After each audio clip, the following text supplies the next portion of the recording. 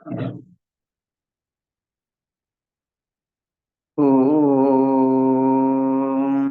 विश्वानि देव सवितर्दुरितानि परासु यद्भद्रं तन्नासु। ॐ शान्ति शान्ति शान्तिः।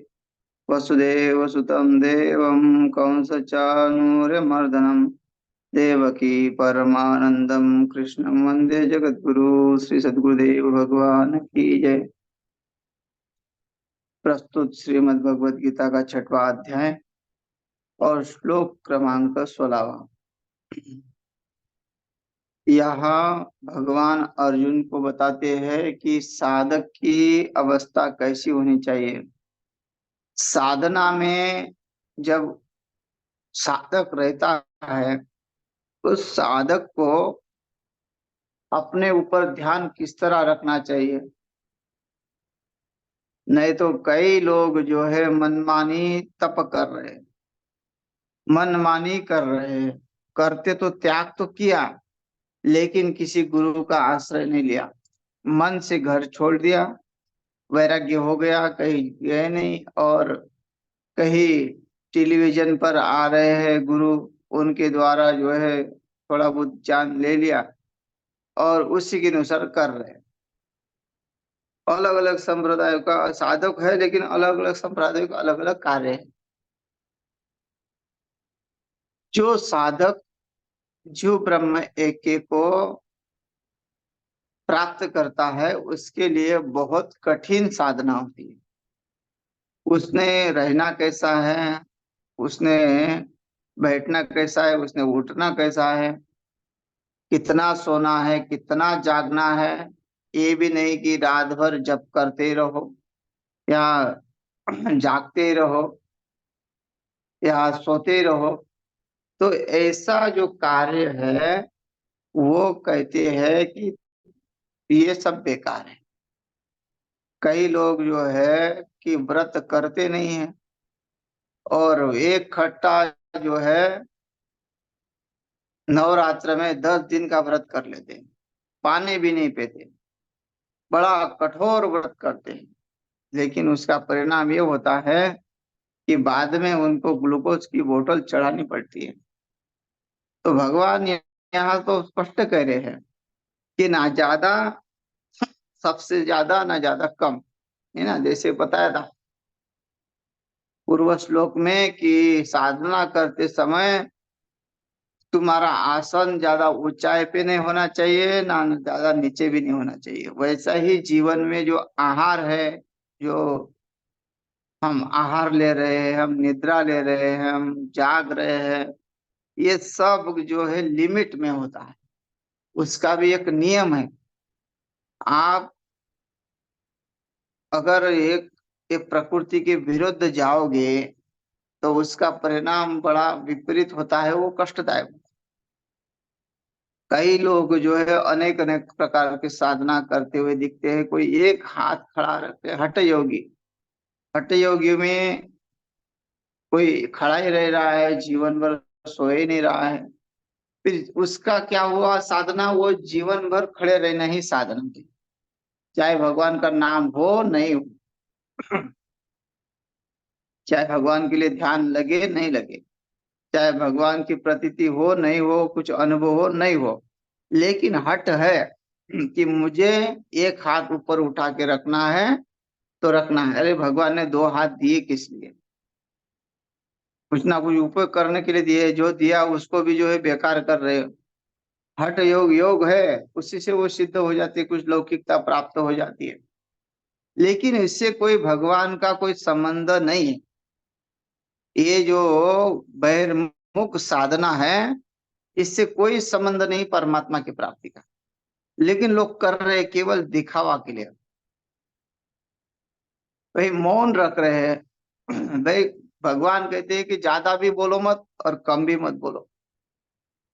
लेकिन क्या क्या हो रहा है, एक तो बहुत ज्यादा बड़बड़ करता रहता है और एक जो है कि मौन पकड़ा हुआ है। अब जहां अति आवश्यकता है वहां बोलना चाहिए, वहां भी नहीं बोल रहा है। गुरुजनों से नहीं बोल रहा है, बात नहीं कर रहा, वो गुरुजनों के सामने अधिक मौन पकड़ेगा। क्यों? कि हमको दिखाना है कि हम साधना में हैं। और लोगों को जो है बोलने की अपेक्षा लिख के दे रहे हैं। तो मन से मौन होता है, मन का मौन, मन को चुपचाप रखो, वाणी को चुपचाप रखना, एक इंद्रिय को चुप रखने से कोई फायदा नहीं है। मन को अगर मौन रखते हैं तो 10 इंद्रियों को जो है कंट्रोल, 10 इंद्रिया कंट्रोल आ जाती है। उसको शांत रखना चाहिए, वही मौन है।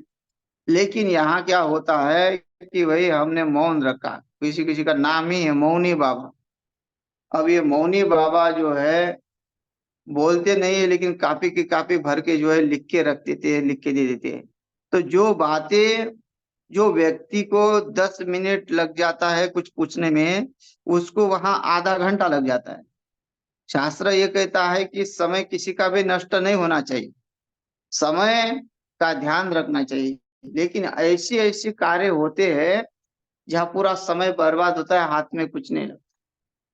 तो इसलिए यहाँ भगवान स्पष्ट कहते हैं, भाई अति मत करो, अति सर्वत्र वर्ज्य। और अधिक एकदम समाप्त ही मत करो क्रिया को। क्रिया को अगर समाप्त करोगे तो उसका फायदा क्या?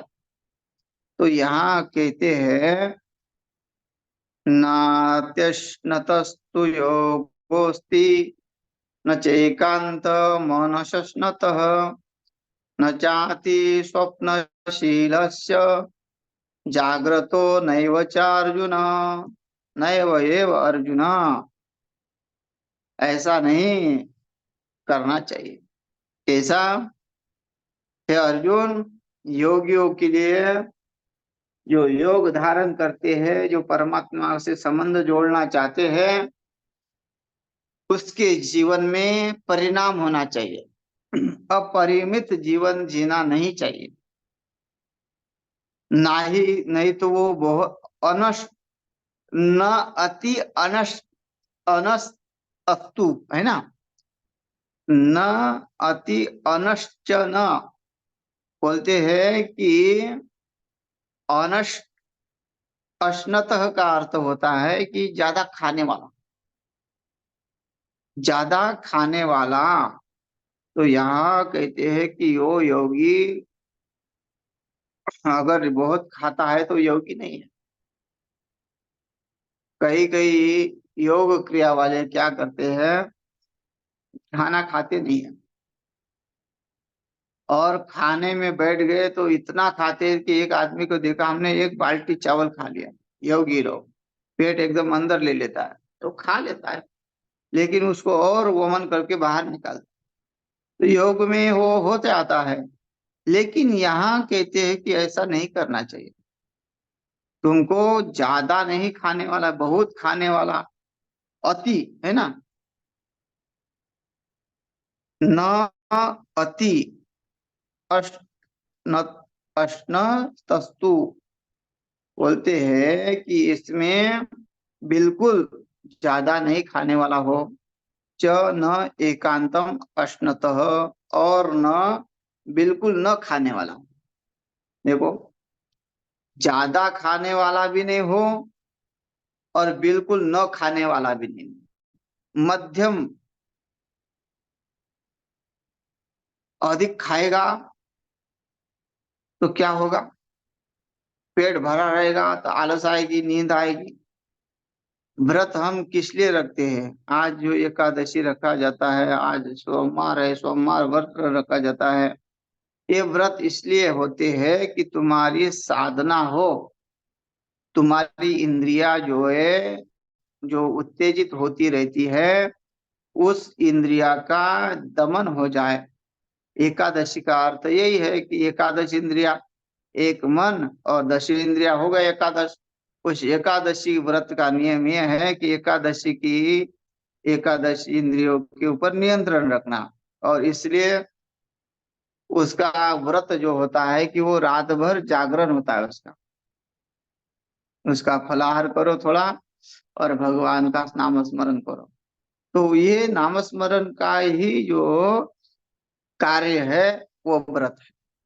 तो व्रत जो अगर करते हैं, दिन भर खाते हैं और भजन पूजन कुछ नहीं करते और दिन भर रट लगाते रखते हैं कि हमारा व्रत है, हमारा व्रत है, हमारा व्रत है, तो उससे वो परमार्थ सिद्ध नहीं होता, उससे वो भक्ति सिद्ध नहीं होती।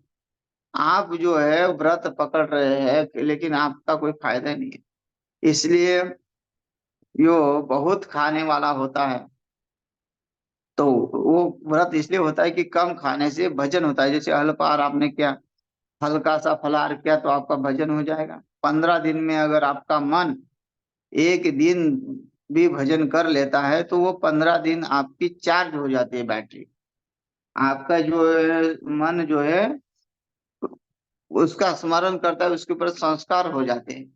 एक दिन के संस्कार भी बहुत महत्वपूर्ण है। एकादशी की तिथि भी एकादशी से लेकर, जो एकादशी, द्वादशी, त्रयोदशी, चतुर्दशी या अमावस्या या पूर्णिमा, इन तिथियों का जो है ज्यादा रजोगुण तमोगुण वाली स्थितियां हैं। मतलब इस ब्रह्मांड में जो ये बने हैं तिथियों का क्रम, उस तिथियों की जो शक्तियां है, वो शक्तियां बहुत बढ़ती है। एकादशी से, दशमी से लेके ये पूर्णिमा प्रतिपदा तक ये शक्तियां जो है ना, तेज, उस प्रबल रहती है। इसमें अगर करोगे तो पाप भी अधिक हो जाता है, क्योंकि उसमें बुद्धि अधिक जो है उत्तेजित चंचल हो जाती है। देखना कभी भी कि एकादशी के बाद जो है बुद्धि चंचलता में प्रवृत्त होती है, मन जो है अलग दिशा में जाता है। इसीलिए ये व्रत आदि रखते हैं, एकादशी का व्रत रखने से जो मन उतना जो है शांत हो जाता है। भाई आप खाते खाते खाते खाते आपका जो शक्ति बढ़ गई, आपकी शक्ति बढ़ने से आपको उसको रोकना पड़ेगा, है ना। रोकेंगे तब आपको जो है आगे जाके उसको पचा पाएंगे। कई कि खाते हैं, जैसे पशु खाते हैं, खाते खाते जो है अपने अंदर समा लेते हैं, फिर बाद में क्या करते हैं, वो बारीक करते रहते हैं अपने अपने, और धीरे धीरे धीरे धीरे वो खाते रहते हैं और उसमें पेट में जाता रहता है। वैसे ही ये तिथियां जो है, हमने 10वीं तक पेट भर के खाया। अब वो खाने के बाद हमको ये जो है, ये अमावस्या तक, पूर्णिमा तक उसको पचाने के लिए, उसको उसको ठीक रखने के लिए उसके व्रत आदि का पालन पालन करना पड़ेगा। अब हमको हल्का हल्का जो अन्न खाएंगे, तो हमारे जठर अग्नि को जो है आराम मिलेगा, और वो जो पीछे का जो खाया हुआ है उसको बराबर रस बनाने में उसको कामयाबी मिलेगी, उसका खून बनेगा। बोलते हैं 8 किलो का खून, 8 किलो अन्न खाने से 80 ग्राम खून बन जाता। तो खून बनने के लिए भी काफी दिन लग जाती है, 40 दिन लग जाते हैं शरीर में ताकत आने के लिए। तो ये व्रत का ये फायदा है, नियम साधकों के लिए ये है कि इसका पालन करें। एकादशी का अर्थ ये है कि तुम भाई कम भी मत खाओ और ज्यादा भी मत खाओ। उस दिन ऐसा शरीर को रखो कि तुम्हारा पिछला जो हिसाब किताब बराबर हो जाए। तो ये या कहते हैं कि ना अधिक खाने वाला हो, ना अधिक न खाने वाला। ज्यादा भूखा भी नहीं रहना। जैसे एक खट्टा व्रत कर लिया, मुसलमान लोग जो है 1 महीना व्रत कर लेते हैं, एक समय पानी भी नहीं पीते, खाते भी नहीं, कुछ नहीं, और रात को ही जो है पका रहे हो, सुबह 4 बजे के पहले पकवान बना के रखते हैं, और जैसे ही सूर्यास्त हो गया हो तब खाने के लिए दौड़ पड़ते हैं। तो ये क्या हुआ, वे अति कर दिया, एकदम पानी भी नहीं पिया, और उसका चिंतन करते रहे। परमात्मा का चिंतन तो हुआ ही नहीं, बस सूर्य अस्त का चिंतन हो रहा है कि सूर्य कब अस्त होगा और कब हमारे पेट में अन्न जाए। तो इससे ये परमार्थ नहीं है, लेकिन समझने के लिए साधक को वो शास्त्रों का आधार चाहिए। तो ये भगवान कहते हैं गीता में कि न तो बहुत खाने वाला और न ही कम खाने वाला, च तथा न बहुत अति स्वप्नशीलश्च, न चाहती स्वप्नशीलश्च जागृतो नैव चार्मिन। और ना ही स्वप्नशील का मतलब होता है ज्यादा शयन करने वाला स्वभाव। स्वप्न सोने के बाद तो स्वप्न दिखेंगे। तो ये जो है अधिक जाग रहा है, जागरण कर रहा है। और कई कई लोग जो है जागरण करते हैं और रात भर जागरण करते हैं और दिन में सो जाते हैं। तो ये उल्टा है। ये बोलते हैं ऐसा नहीं करना चाहिए। क्यों? कि ना ज्यादा सोना चाहिए, इसलिए बड़े बड़े जो लोग हैं केवल 6 घंटा सोते हैं। और ऐसा भी नहीं है कि एकदम जागते रहते, नहीं, 6 घंटा उनका नियम है, 6 घंटा सोना ही सोना। तो कम से कम 24 घंटे में एक भाग सोना चाहिए। खाना चाहिए 3 भाग, एक भाग जो है पानी के लिए रखना चाहिए। तो सोना चाहिए एक ही भाग में, 24 घंटे में। तो अगर वो ज्यादा सोएगा तो आलस, तामसी, रजोगुनी बन जाएगा। और कम सोएगा तो डिप्रेशन में जाएगा, बीमारियां बढ़ जाएगी। तो ये उसके लिए हानिकारक है, फायदेमंद नहीं है। तो इसलिए कहते कि ना जागो ज्यादा, ना ज्यादा सो जाओ, ना ही ज्यादा भूखे रहो, ना ही ज्यादा खाओ। तो ये इस श्लोक का अर्थ है। और आगे कहते हैं फिर करे तो क्या करे, कैसा खाए, कितना खाए, कोई लिमिट बताओ। तो भगवान कहते हैं लिमिट है भाई। युक्त हार विहारस्य, युक्त चेष्टस्य कर्मसु, युक्त स्वप्नावबोधस्य योगो भवति दुःखः। युक्त आहार विहारस्य, युक्त आहार लो, ज्यादा कम भी नहीं और ज्यादा भी नहीं। तुम्हें अपना समझना चाहिए कि तुम्हें कितनी भूख है। तो लिमिट हम कैसे परिणाम करेंगे, कितना खाना चाहिए कितना नहीं खाना है। सबका पेट अलग अलग है, सबका पेट जो है बराबर नहीं है। और भगवान कहेंगे कि भाई रोज का 1 किलो अन्न खाना चाहिए, तो 1 किलो। अगर हम हाथी का पेट वाला हो तो उसके पेट में है जैसे हाथी के मुंह में जीरा, 1 किलो अन्न जो है कहाँ खाएगा, है ना। जो खाने वाला व्यक्ति होता है वो खाए बिना रहता नहीं है, खाने के लिए वो माहिर होता है। भजन नहीं होता उसमें। एक व्यक्ति जो है संतों के पास गए, संतों से कहने लगे कि महाराज क्या करूं, मोटापा बढ़ रहा है, बैठना नहीं होता और मेरा भजन भी नहीं हो रहा। मेरा मोटापा घट जाए और भगवान का भजन हो जाए, ऐसा कुछ उपाय बताइए। संत ने कहा कि देखो उपाय तो बताऊंगा, तुमको करना पड़ेगा। वो व्यक्ति बोला कि आप उपाय बताइए, मैं कोशिश करता हूँ पूर्ण रूप से वजन घट जाए और मेरा भजन हो जाए। तो संतों ने कहा कि बताओ, पहले सबसे पहले तुम्हारी दिनचर्या क्या है, तुम कितना खाते हो दिन में। उस व्यक्ति ने कहा कि मैं दिन में 10 रोटी खाता हूँ। तो संतों ने कहा सबसे पहले एक काम करो, तुम तुम्हारा आहार कम करो, यहाँ युक्त आहार। और उस व्यक्ति ने संत की बात मान ली, आहार काम करने के लिए कहा। तो महाराज कितना आहार काम करना है आप बताइए। हम रोज की 10 रोटी खाते हैं। तो महात्मा ने सोचा एकदम कम करेंगे तो ये तुम वो रह नहीं पाएगा, इसलिए इसको आधा कर दे। तो वही तुम ऐसा करो, तुम 10 रोटी खाते हो तो तुम 5 रोटी खा लो। ठीक है महाराज, 5 रोटी खाएंगे। अब 5 रोटी खाने लगा और महात्मा जी के पास आया। महात्मा जी ने कहा कैसे हो। बोले ठीक है लेकिन वजन कम नहीं हुआ। बोले कितना खा रहे हो। बोले आपने जो बताया वही खा रहे हो। बोले 5 ही रोटी खा रहे हो। बोला अच्छा। तो महात्मा को लगा ये इसका जो है वजन घटेगा नहीं, इसको और कम करना पड़ेगा। तो महात्मा ने कहा देखो, तुम जो है ना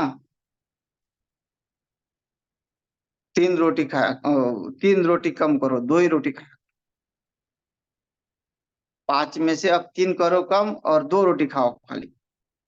बोले ठीक है महाराज, वजन कम हो जाएगा ना। बोले पक्का हो जाएगा आपका। और वो सज्जन चला गया और 1 महीने के बाद और लौट के आया। वजन इतना कि उतना ही। महात्मा ने देखा कि ये तो घट नहीं रहा है, ऐसा क्या हो रहा है। महात्मा ने कहा कितना खा रहे हो। बोले महाराज आपने जो बताया 2 रोटी वही खा रहा हूँ। तो महात्मा ने कहा कि अब ऐसा करते हैं, और एक बार आपको देखते हैं कि आप एक काम करना, आप एक ही रोटी खाना दिन में। तो वो व्यक्ति बोला कि महाराज ये तो असंभव है। बोले असंभव क्यों है, तुमको पतला होना नहीं क्या। बोले पतला तो होना है। तो बोले महाराज एक रोटी नहीं बन पाएगी। बोले कैसे। बोले मैं 2 किलो आटा रोज लेता था, उसकी 10 रोटी बनाता था। अब आपने कहा 5 रोटी बनाना है, इसलिए 2 किलो आटे की 5 रोटी बना रहा। 5 रोटी खा क्या खाया। और आपने कहा कि उस आप 2 रोटी खाना। तो हमने जो है उस 2 किलो आटे की 2 ही रोटी बनाए, बड़े बड़े टिक्कर। अब आप ये बताइए कि 2 किलो आटे की हमसे एक रोटी नहीं बन पाए। महात्मा ने माथे पे हाथ दिया, और तेरा कुछ नहीं हो सकता, तू कभी मोटा सा पतला हो ही नहीं सकता, तेरी दिनचर्या ऐसी ही रहेगी। तो ऐसे खाने वाले इतना खाते हैं, और कोई नियम। इसलिए बोलते युक्त आहार विहारस्य। भाई तुम्हें युक्त आहार लेना है, जितना तुम्हारा जो तुम्हारे शरीर जो है बन जाए। ये नहीं कि तुम आटा कम खाने के लिए कहा है, रोटी कम खा रहे, रोटी कर रहे हो कम, लेकिन आटा उतने के उतना ही है। तो कैसा वजन कम हो जाएगा, वैसा तुम्हारा वजन लग जाएगा। तुम्हारा कार्य जो है, तुम फलाहार व्रत है तुम्हारा, लेकिन फलाहार तो तुम पेट भर जितना खाना खाते थे उतना ही फलाहार कर रहे हो। तो कैसे तुम्हारा पता चलेगा कि तुमने व्रत रखा है। इसलिए यहाँ कहते हैं युक्त युक्त आहार विहारस्य। अगर दुख का नाश करना है, तो तुमको योगी बनना है, तो तुमको युक्त आहार लेना पड़ेगा। यथा योग्य आहार विहार, मतलब अपने विहार का मतलब होता है शयन आदि। ये सब करना पड़ेगा।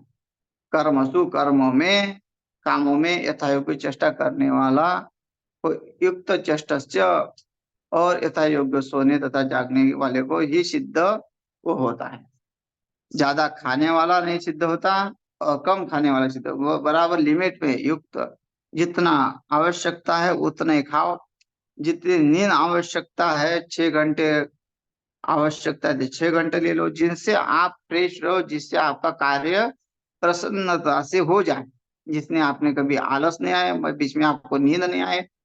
ऐसा जो है जीवन जीना चाहिए। आपको कम भी एकदम नहीं खाना चाहिए कि बार बार खाने की आदत पड़े, भजन में लग जाए और पेट में आंचुआ दौड़ रहे, आपने कम खाया।